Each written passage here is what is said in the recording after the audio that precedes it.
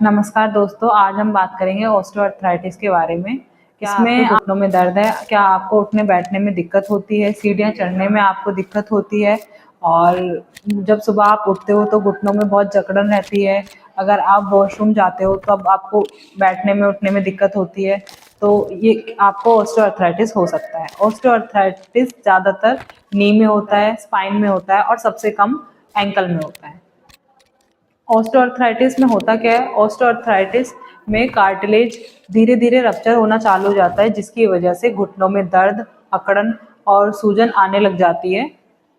Osteoarthritis के जो grade होते हैं वो 4 तरीके के होते हैं। पहले ग्रेड में क्या होता है, ग्रेड 1, उसमें हल्का सा दर्द होता है जब हम घूमते हैं या फिर सीढ़ियाँ चढ़ते हैं, थोड़ी बहुत सूजन आती है और मॉर्निंग स्टिफनेस होती है 30 मिनट्स के लिए। ग्रेड 2 में क्या होता है, अगर हम बैठ के उठ रहे हैं या उठ के आगे की तरफ चल रहे हैं तब हमको दर्द महसूस होता है और अकड़न बढ़ती हुई चली जाती है, पैरों में सूजन बढ़ना चालू हो जाती है, नए ऑस्टियोफाइट्स का फॉर्मेशन होना चालू हो जाता है।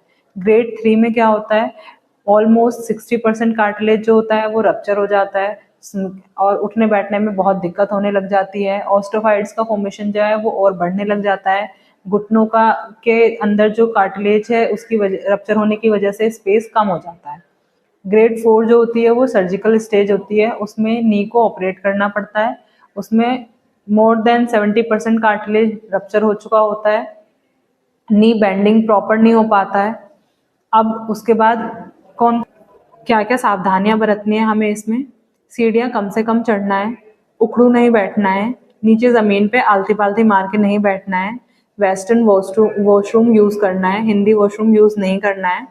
और ऑस्टियोआर्थराइटिस होता क्यों है, ये एक एज रिलेटेड फैक्टर भी होता है, ज़्यादा वेट की वजह से भी ऑस्टियोआर्थराइटिस हो जाता है, या फिर कोई इंजरी हुई है आपको उसकी वजह से भी आपको ये दिक्कत आ जाती है, जेनेटिक फैक्टर की वजह से भी ऑस्टियोआर्थराइटिस आपको हो सकता है। ऑस्टियोआर्थराइटिस के सिम्टम्स क्या क्या होते हैं, घुटनों में सूजन आ जाना, सुबह के वक्त घुटनों में अकड़न आना, चलने फिरने में दिक्कत होना और सीढ़ियाँ चढ़ने में दिक्कत होना, बैठ के उठने में दिक्कत होना, ये सब चीज़ों का सामना करना। ऑस्टियोआर्थराइटिस में फिजियोथेरेपी का रोल क्या क्या होता है, ये एक्सरसाइज कराने के बाद आपको दर्द में आराम करता है, मसल की स्ट्रेंथ वापस आती है जो मसल वीक हो गई होती हैं, और जो पैरों में मूवमेंट इम्प्रूव होना और एक्सरसाइज करने के बाद स्टिफनेस भी कम हो जाती है। अब मैं आपको बताऊंगी ऑस्टियोआर्थराइटिस के पेशेंटों को कौन कौन सी एक्सरसाइज करनी चाहिए जो सबसे ज़्यादा इफेक्टिव होती है। सबसे पहले कोई भी चादर लेनी है या कोई तौलिया लेना है, उसका रोल बनाना है गोल गोल ऐसे,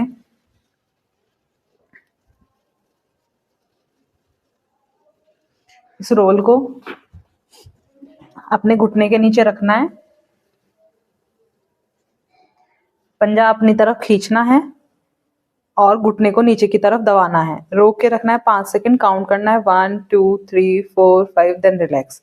ये एक्सरसाइज आपको शुरुआत में 10 बार करनी है, 5 सेकंड रोक के, जैसे जैसे टाइम पीरियड बढ़ता जाएगा वैसे वैसे आप रेपिटेशन और इसका होल्डिंग टाइम बढ़ा सकते हैं। उसके बाद आपको ये रोल सेम एंकल के नीचे रखना है, ऐसे पंजा अपनी तरफ खींचना है और जैसे आपने घुटने को नीचे की तरफ दबाया था वैसे एंकल को नीचे की तरफ दबाना है और रोक के रखना है, काउंट करना है, 1 2 3 4 5 देन रिलैक्स। ये भी एक्सरसाइज आपको 5 सेकंड रोक के करनी है और 10 बार करनी है, जैसे जैसे रेपिटेशन टाइम बढ़ता जाएगा वैसे वैसे आप इसकी रेपिटेशन बढ़ा सकते हैं। उसके बाद आपको लेटना है सीधे, दोनों घुटने मोड़ने हैं, इस रोल को आपको अपने दोनों घुटनों के बीच में रखना है, ऐसे आपस में दबाना है दोनों घुटनों को और रोक के रखना है, काउंट करना है, 1 2 3 4 5 देन रिलैक्स। हल्का सा ढीला छोड़ना है, फिर से अगेन प्रेस करना है, 1 2 3 4 5 देन रिलैक्स।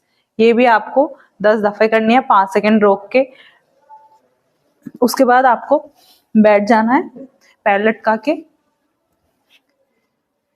पैर दोनों सीधे करने हैं, पंजा अपनी तरफ खींचना है और रोक के रखना है, काउंट करना है, 1 2 3 4 5 देन रिलैक्स।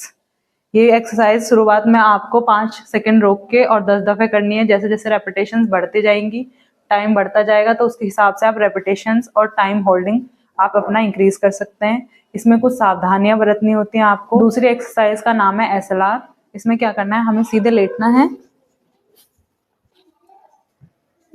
30 डिग्री के एंगल पे पैर को ऊपर उठाना है, पंजा अपनी तरफ खींचना है और 5 सेकंड रोक के रखना है, काउंट करना है 1 2 3 4 5 देन रिलैक्स। फिर दूसरे पंजे को ऊपर की तरफ उठाना है, पंजा अपनी तरफ खींचना है और रोक के रखना है 5 सेकंड, काउंट करना है 1 2 3 4 5 देन रिलैक्स। तो एक दो स्ट्रेचिंग बताती हूँ जिसमें कैफ और हार्म्स की टाइटनेस की वजह से भी पेन आ जाता है, उसको कैसे रिलीज आउट करना है आपको। कोई भी चादर या टॉवल ले लेना है, उसके बाद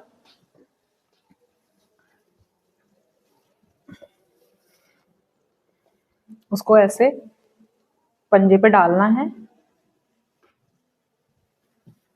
और पैर को अपना थोड़ा सा ऊपर की तरफ उठा के अपनी तरफ खींचना है और रोक के रखना है 5 सेकंड, 1 2 3 4 5 देन रिलैक्स। आपको जो खिंचाव महसूस होगा वो यहाँ पे महसूस होगा। इसको आप 5 बार कर सकते हैं और 5 सेकंड रोक के। स्ट्रेचिंग है उसका नाम है हैम्स स्ट्रेचिंग। इसमें क्या करना है, हमको हैम्स की स्ट्रेचिंग के लिए क्या करना है, पैर थोड़ा ऊपर की तरफ उठाना है और खींचना है अपनी तरफ और रोक के रखना है, काउंट करना है 1 2 3 4 5 देन रिलैक्स। आपको जो खिंचाव महसूस होगा वो यहाँ पे महसूस होगा। ये आपको 5 सेकंड रोक के रखना है और 5 टाइम्स करना है। आप एक तरीके से और काफ की स्ट्रेचिंग कर सकते हैं। आपको खड़े होना है ऐसे अपने टो पे और होल्ड रखना है 5 सेकंड और होल्ड रखना है 5 सेकंड, 1 2 3 4 5 देन रिलैक्स। ये भी आपको 5 टाइम्स करनी है, 5 सेकंड। अगर आपको मेरी वीडियो हेल्पफुल लगती है तो लाइक करें, शेयर करें, कमेंट करें और ज़्यादा से ज़्यादा लोगों के पास शेयर करें।